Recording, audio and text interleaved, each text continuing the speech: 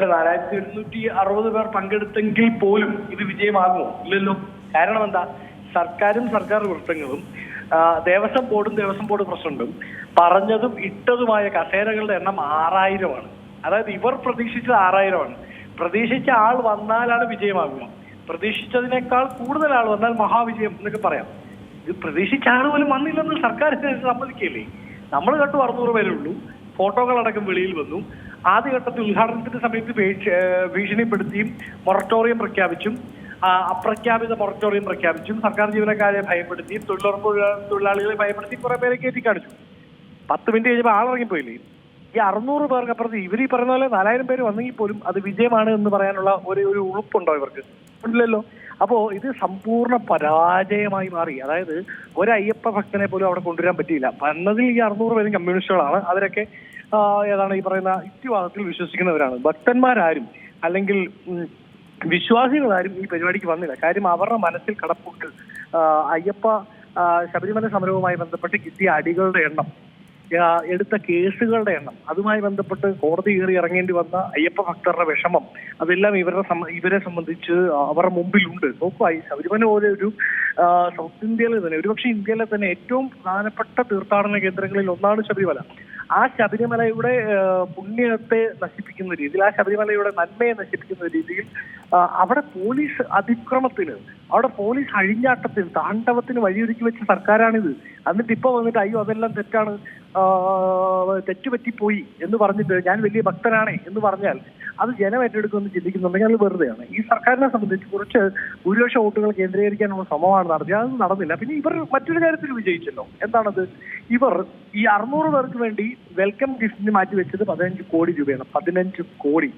ഈ ഭക്ഷണവുമായി ബന്ധപ്പെട്ട് മാറ്റിവെച്ചത് 120 ലക്ഷം രൂപയാണ്. ഏതാണ്ട് 12 കോടി രൂപ അടുത്ത് ഈ പന്തലുമായി ബന്ധപ്പെട്ടൊക്കെ മാറ്റിവെച്ചു. അങ്ങനെ വലിയ അഴിമതി, ഏതാണ്ട് 100 കോടി രൂപയുടെയെങ്കിലും മിനിമം കമ്മീഷൻ ഈ വകയിൽ അടിച്ചു മാറ്റാൻ സർക്കാരിന് സാധിച്ചിട്ടുണ്ട്. അതുകൊണ്ടാണ് നമ്മൾ വളരെ കൃത്യമായി പറയുന്നത്, അയ്യപ്പനെ മുതൽ അരവണ വരെ അടിച്ചു മാറ്റുന്ന സർക്കാരാണ് ഇവിടെ ഉള്ളത്. അരവണയുടെ ഒരു കഷ്ണം കിട്ടുകയാണെങ്കിൽ അതും അടിച്ചു മാറ്റി എങ്ങനെ സ്വന്തം പോക്കറ്റിലാക്കാം, അല്ലെങ്കിൽ പാർട്ടി ഓഫീസിലാക്കാം, സ്വന്തം മക്കൾക്ക് മാസപ്പടി ഉണ്ടാക്കാൻ ഉപയോഗിക്കാം എന്ന് ചിന്തിക്കുന്ന സർക്കാരാണുള്ളത്. അത് അയ്യപ്പ ഭക്തർക്ക് കൃത്യമായി മനസ്സിലായിട്ടുണ്ട്. അത് ഇവിടുത്തെ പൊതുജനത്തിന് കൃത്യമായി മനസ്സിലായിട്ടുണ്ട്. അതുകൊണ്ടാണ് ജനം അതിനെ പൂർണ്ണമായും കൈയൊഴിഞ്ഞത്. അങ്ങനെ കൈയൊഴിഞ്ഞത് കഴിഞ്ഞ ദിവസത്തെ ജനപങ്കാളത്തിൽ മനസ്സിലായിട്ടുമുണ്ട്. ഇനി ഇവർ പറയുന്ന ക്യാപ്സൂളുകളെ വിശ്വാസത്തിലെടുത്താൽ പോലും ഇപ്പോൾ നമ്മൾ ഒരു വാദത്തിന് അംഗീകരിക്കുകയാണ്. ശരി, നിങ്ങൾ പറഞ്ഞ പോലെ 1000 പേര് പങ്കെടുത്തു. അതിന് രജിസ്ട്രേഷനൊക്കെ ഒരുപക്ഷെ സർക്കാരിന് കാണിക്കാൻ പറ്റും. കാര്യം എന്താ വെച്ചാൽ രജിസ്ട്രേഷൻ നടത്തുന്ന സർക്കാരായതുകൊണ്ട് തന്നെ പേരെഴുതി വെച്ചാൽ മതിയല്ലോ. രജിസ്ട്രേഷനോ അല്ലെങ്കിൽ പങ്കെടുത്തവരുടെ എണ്ണത്തിന്റെ ഫോട്ടോയോ ഒക്കെ അവർക്ക് കാണിക്കാൻ പറ്റും.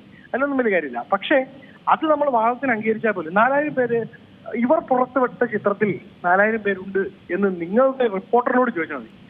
ഇവർ പുറത്തുവിട്ട ചിത്രത്തിൽ 4000 പേരുണ്ട് എന്ന് കണ്ടാൽ തോന്നുമോ? ഇല്ലല്ലോ. അതിനുള്ള 4000 പേര് ആ ചിത്രത്തിൽ പോലും ഇല്ല. ഇനി ഉണ്ടെങ്കിൽ തന്നെ ഇവർ പ്രതീക്ഷിച്ചിരുന്ന ആൾ വന്നില്ല. ഇവരുടെ വാദം അംഗീകരിച്ചാൽ തന്നെ 2000 പേര് കുറവാണ്.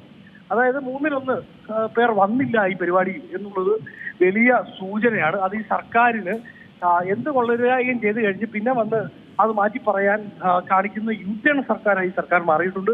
ആ യു-ടേണിന്റെ കരണത്ത് ഇവിടുത്തെ ജനം കൊടുത്ത അടിയാണ് ഇന്നലത്തെ ഈ ജനപങ്കാളിത്തം എന്നുള്ളത് മനസ്സിലാക്കിയത്. ഞാനൊരു കാര്യം കൂടി ചോദിക്കട്ടെ. അതായത് ഈ ഇടതു സർക്കാരിനെതിരെ ജനങ്ങൾക്കിടയിൽ ഇന്ന് നിൽക്കുന്ന ഒരു എതിർപ്പാണോ, അതോ ഈ ശബരിമല വിഷയവുമായി ബന്ധപ്പെട്ട് സ്ത്രീ പ്രവേശനമാണോ കഴിഞ്ഞ ദിവസത്തെ നടന്ന ഈ ഒരു അയ്യപ്പ സംഗമത്തിൽ തിരിച്ചടിയായിട്ടുണ്ടാവുക?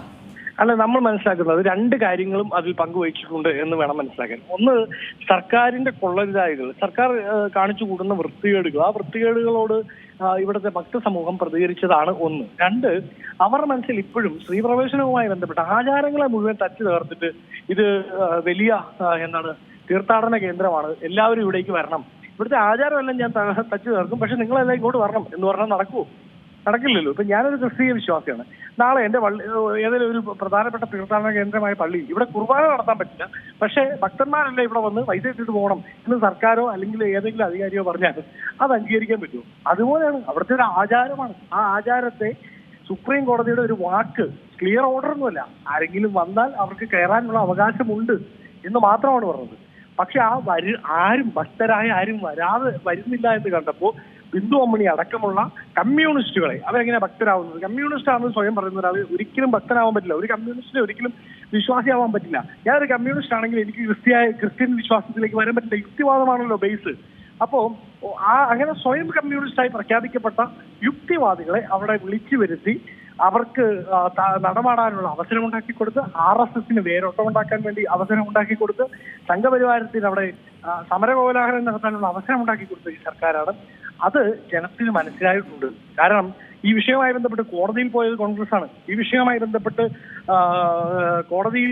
ആദ്യം കോടതിയെ സമീപിക്കുന്നത് കോൺഗ്രസ് ആണ്, പിന്നീട് NSS അടക്കമുള്ള സംഘടനകൾ കക്ഷി ചേരുകയാണ് ചെയ്തത്. അപ്പൊ അത്തരം വിശ്വാസി സമൂഹത്തിന് കൂടെ നിന്നത് ആരാണ് എന്ന് കൃത്യമായി ജനത്തിന് മനസ്സിലായിട്ടുണ്ട്. അങ്ങ് ചോദിച്ചതിന്റെ കൃത്യമായ ഉത്തരം രണ്ടും പ്രതിഫലിച്ചിട്ടുണ്ട്. അത് കൃത്യമായി പിണറായി വിജയന് മനസ്സിലായിട്ടുമുണ്ട്. അതുകൊണ്ടാണ് ഇപ്പോൾ ഹാലിളകി ന്യായീകരിക്കാൻ വേണ്ടി ഇവർ സർക്കാർ ഇറങ്ങി നിൽക്കുന്നത്. ഏറ്റവും പുതിയ വാർത്തകളും വിശേഷങ്ങളും വിരൽത്തുമ്പിലറിയാൻ സീ മലയാളം ന്യൂസ് എല്ലാ ഡിജിറ്റൽ പ്ലാറ്റ്ഫോമുകളിലും ലഭ്യം.